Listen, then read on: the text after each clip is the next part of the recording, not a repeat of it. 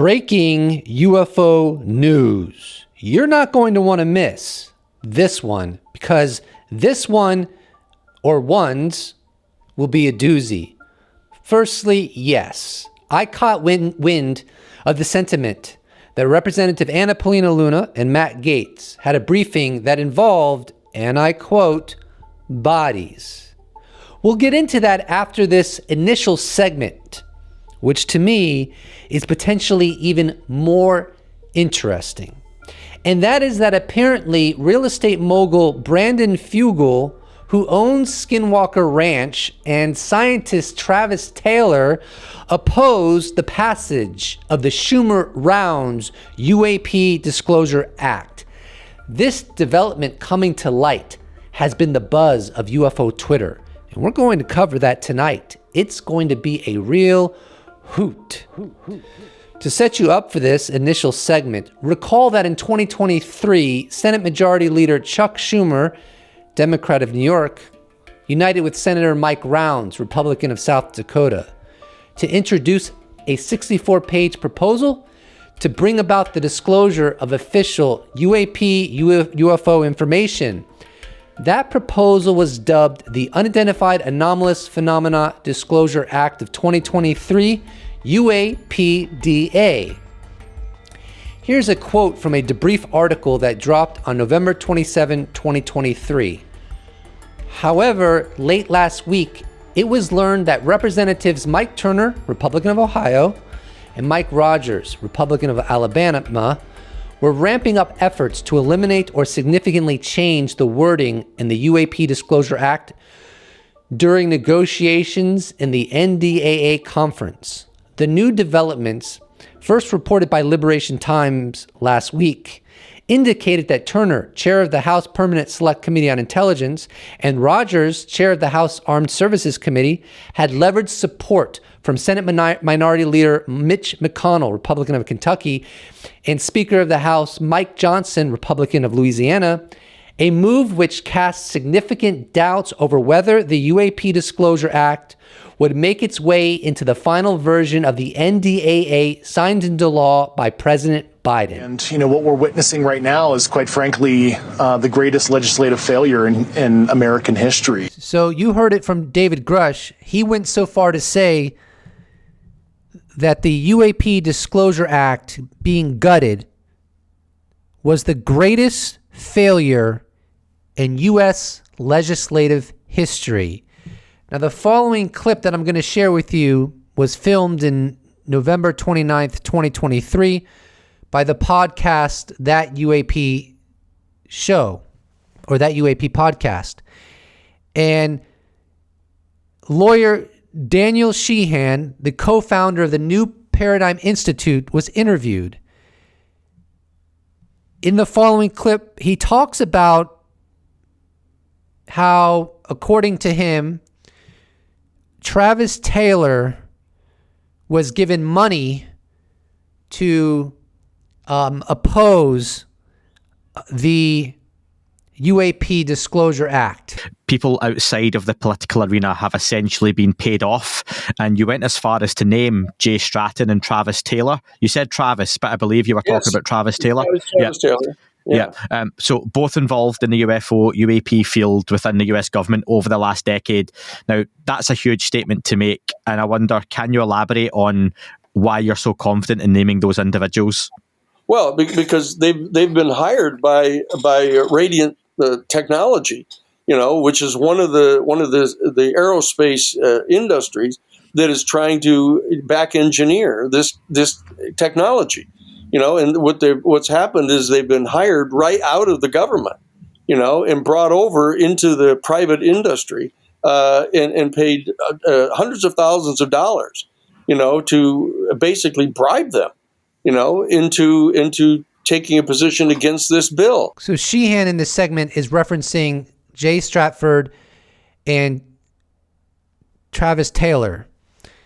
I can't corroborate the accuracy of what he's claiming about Jay Stratford, but there does appear to be some corroboration that I will show you in a bit, demonstrating that Travis Taylor had a problem with the UAP Disclosure Act. They've come out of the government, and where it's completely in the interest of Congress to have this information. People need to understand that the primary focus of this bill, the Schumer Amendment, is to get the information about the UFOs and about this non-human intelligence that's behind the UFOs into the hands of our Congress. That's the key to this thing. That people are talking a lot about it being made public and we in this citizenry getting to learn a lot more about. But the reality is, from a constitutional point of view, it's absolutely outrageous to have some completely unacknowledged, black money funded secret program that is being concealed from our elected representatives, who need to make important policy decisions about what relationship we're going to have with this extraterrestrial civilization, what role we're going to play in it, how we're going to be able to remain peaceful and have cooperative and productive relations with this extraterrestrial civilization. Daniel Sheehan is 100% correct about this. These operations should not be concealed from our elected representatives, who need to make important policy decisions regarding this non-human presence. It's absolutely insane. Here is a quote from the June 5th article in the Debrief that broke the David Grush story, and this ties into what Daniel Sheehan was getting at, and I quote, Grush said it was dangerous for this 80-year arms race to continue in secrecy because it further inhibits the world populace to be prepared for an unexpected non-human intelligence contact scenario. I hope this revelation serves as an ontological shock sociologically and provides a generally uniting issue for nations of the world to reassess their priorities, Grush said. So as the narrative is unfolding around the disclosure process, it is becoming clear that a big impetus and momentum that has fed the cover-up for so long is the desire for corporate profit, and making corporate profit more important than other considerations. National security is a big part of that too. They're intertwined, corporate profit, national security. But there's an incredibly huge imbalance in the equation, because by making this so secret and keeping Congress out of it, which I think is incredibly misguided, not to mention illegal, now our elected officials have no say in something that impacts the United States and all nations overwhelmingly. And that is because we are actually dealing, allegedly, it's my analysis, this is the case, that we are actually dealing with non-human intelligence or intelligences. It is absolutely mind-boggling that this would remain in the hands of aerospace companies and very tiny pockets of the military intelligence complex, when it's such a huge issue that needs to be dealt with in a more holistic fashion. And to have private for-profit people commandeering this and trying to twist this into their own private profit, and then reach into our government and hire people, bribe people to come out of our government and join their private companies and offer them hundreds of thousands of dollars in bribes, basically, to oppose this legislation, which is solely for the benefit of our country in our government, is irresponsible and untoward. I mean, I like both of the guys. Now, on December 3rd, Liberation Times covered this story that Sheehan was discussing just now in an article titled, Daniel Sheehan exposes 5 powerful Republicans blocking UFO Disclosure Act as the clock ticks down. And I'm going to share 2 pertinent citations from Christopher Sharp's article. Asked to specifically name the entities pressuring Representatives Turner and Rogers, Sheehan pinpointed Lockheed Martin, Raytheon, Radiance Technologies, and the CIA's Directorate of Operations, run by David Marlowe, its current deputy director. While the Liberation Times has been unable to further substantiate the involvement of these organizations, Sheehan states the two chairpersons have been gotten to by the private aerospace industry and by the CIA. Who knows what positive offers they've been made for additional campaign contributions or what kind of threats have been made to them. The CIA's covert operations people are capable of delivering. Here's another citation. Sources indicate to Liberation Times that the CIA's Office of Global Access, OGA, works closely with the Directorate of Operations in conducting retrieval missions involving crashed or landed crafts of non-human origin. Sheehan added, the Operations Directorate is the dog that wags the tail in the CIA. According to Sheehan, the CIA is responsible for dispersing non-human materials to aerospace companies, and he says Radiance Technologies is one of its newest customers. Quote, Lockheed Martin, Raytheon, and now Radiance Technologies are given particular discrete aspects of the technology to try to figure it out. Sheehan said that the three contractors could potentially be subject to lawsuits due to the alleged arrangements with the CIA, commenting, quote, it makes those particular companies subject to massive antitrust lawsuits by other companies that are trying to be honest and trying to compete against them. So with regards to the two excerpts I just shared with you, bear in mind that scientist Travis Taylor works for Radiance Technology. So this is where we get into a leaked email indicating that Travis Taylor had some issue or issues with the UAP Disclosure Act.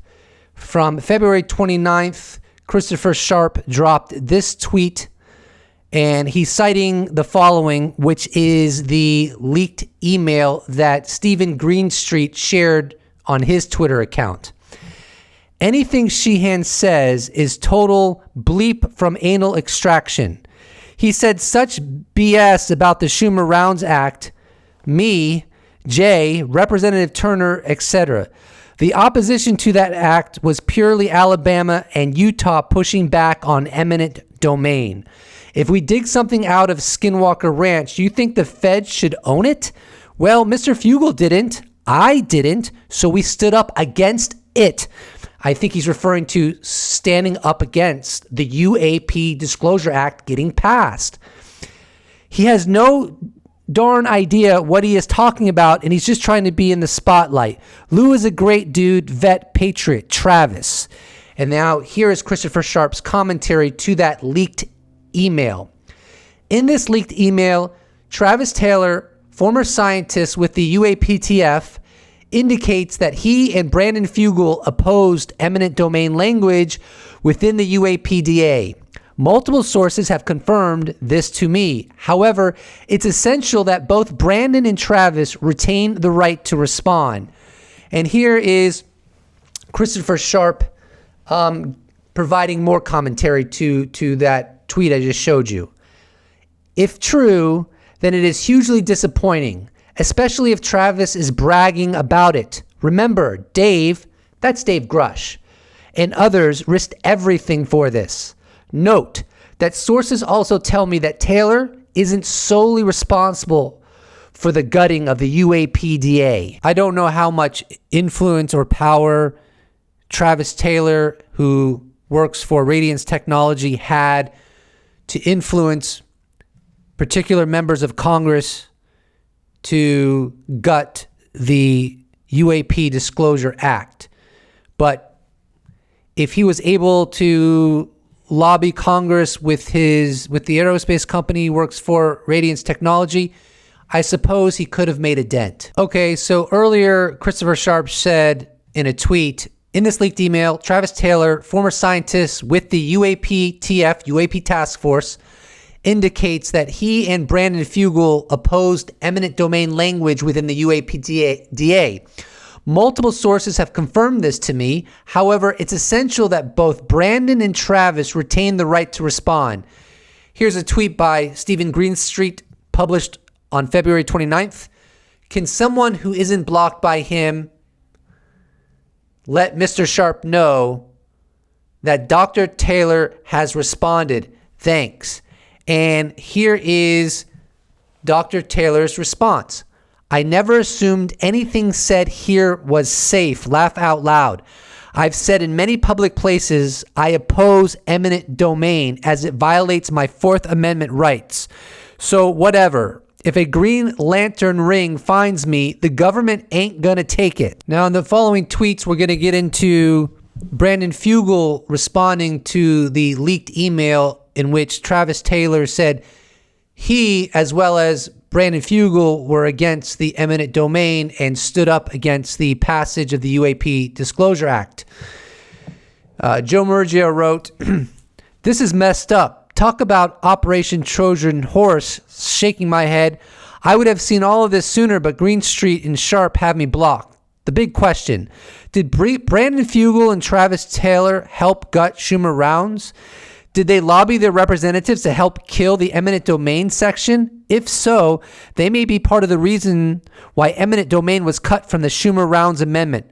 How's everybody feel about that? I think it's messed up. And why are we just hearing about it now after this email was leaked? Now, I'm going to provide you with Brandon Fugel's response. And to progress to his response, I have to share some tweets by Zan Zetterstrom first. This response from Dan Zetterstrom is a response to the Joe Murgia tweet I just shared with you. Wait a second. What does pushing back mean? It could be a multitude of things. Valet pushed back too. Also, Chris has you blocked. Why? Many weren't down with the eminent domain language. People just disagreed on whether it was the best way forward for valid reasons. Legislation has passed along every year. They can hash it out this year to come up with something better, or we can set up the review board. The conversation happening around eminent domain now is proof it wasn't ready. Trying to empathize, Brandon is a very savvy businessman. He knows pass it now, change it later is a surefire way to shoot himself in the foot, to which Brandon Fugel responds, exactly. People need to do their due diligence instead of listening to a few loud, ignorant voices with questionable motives and ethics who seem focused on creating contention and division. Let's get a few more exchanges and then I'll show you where I responded to Brandon Fugel. Free Fettuccine Split wrote, while Brandon worries of suppression of information through media, he and Travis Taylor secretly tried to undermine the Schumer Rounds Amendment because they'd want to retain ownership of anything dug up at Skinwalker Ranch. Private property is more important than disclosure at Skinwalker Ranch, apparently. Brandon responds, I am obviously wanting the world to know and continue to be fully transparent. An eminent domain action could potentially compromise our efforts to present all of our findings and discoveries to the public.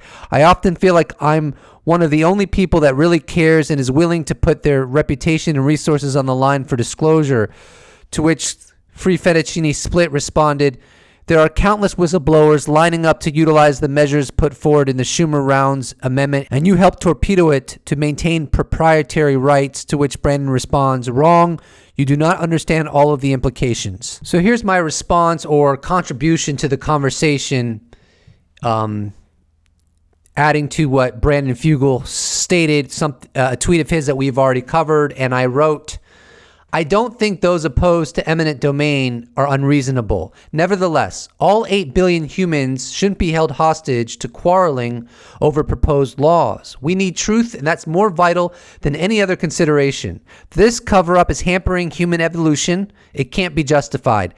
David Grush had a point when he stated the gutting of the Schumer Rounds Amendment was the biggest failure in U.S. legislative history. It should have passed largely intact, even if without the eminent domain clause. That Congress couldn't make it happen was downright cosmically absurd and an affront to humanity. Now, here's an earlier statement that Brandon Fugel made on Twitter on November 24th, 2024. I wasn't a huge fan of this sentiment, and I responded to it. Let's get to it. He wrote, "There will never be full disclosure. Too many territorial legacy programs, liability issues, national security implications, and secrets. The only hope is found in the very few well-funded and organized private sector efforts, so long as they are allowed to operate. Is it real? Yes." To which I responded, I will just quote David Grush. "We need to heal from this. We need to disclose the basics. The fact that we're not alone, we've recovered material, and we've recovered the occupants. And beyond that, the president can decide what should be disclosed. It's above my pay grade." So I'm not exactly sure where Brandon Fugel lands in all this necessarily, but I can say that I totally agree with Grush when he says, and I just quoted Grush, that we need to heal from this and we need to learn the basics. And part of the basics is learning what the U.S. government has done in terms of their involvement with this enigma. We don't need to know every little nook and cranny. Some things are too sensitive to share with the public. They could create national security vulnerabilities. But at the very minimum, without question in my mind, we should know the basics. And according to David Grush, we've recovered material of non-human intelligence. We recovered the occupants that are of non-human intelligence, and that we're not alone. Okay, let's move on to the second segment of this video. This is a story that was broke by Matt Laszlo, and I will give you the title of his article, as it were. Representatives Luna and Gaetz shown video of bodies. Source tells ask a poll. And here's it says, background source tells us. Luna and Gaetz were briefed by some people that had a video of bodies. Ask a polls told by a trusted source granted anonymity to discuss classified material. Currently military, we inquire? Yes, they reply. Now I'm going to play the audio between journalist Matt Laszlo and Representative Anna Luna Polina, where he actually has a conversation with her. A birdie, how are you, ma'am? A birdie told me that you had a briefing with Mr. Gaetz and you saw bodies? I cannot discuss these things, you know that. Was that classified or? I'm sure we'll have field hearings. No comment. No comment? No It's comment. intriguing. Have a good one, ma'am. So a birdie informed Matt Laszlo of Ask a Poll that Representative Gaetz and Representative Luna received a briefing where they saw bodies. And according to Matt Laszlo's source, it was a military source that conducted this briefing for Anna Polina Luna and Matt Gaetz. That's my understanding from this exchange. And when Anna Polina Luna was asked to get more details on the briefing that they attended, she said, no comment. I'm sure we'll have field briefings, no comment. So she could have just denied it. She could have said it's a bunch of baloney, but she just opted to say no comment. So this is an interesting update. Obviously, I'm not going to take anything definitive away from it. We really don't have any concrete details about it, but hopefully we'll learn more soon enough. I think I'm going to wrap this video now. I worked really hard on it for many hours, and I want to publish it early tomorrow. I'm also working on another video, which is much longer than this one, and much more meticulously produced. So stay tuned for that. And if you haven't yet subscribed, now would be a good time to do so, because I give regular updates on the disclosure process. And if you'd like to support this channel, you You can check out my merch shop where I sell t-shirts. You could become a patron. You could become a YouTube member. You could give me a one-time donation. All those potentialities can be accessed in the description box below, or you can just slap a like on this bad boy and I'll appreciate it so much. Thank you so much for watching, and I look forward to seeing you in the next episode. Special thanks to all patrons, YouTube members, those that have bought merch, those that have given me a one-time donation. I couldn't do without you. Thank you so much. See you in the next episode.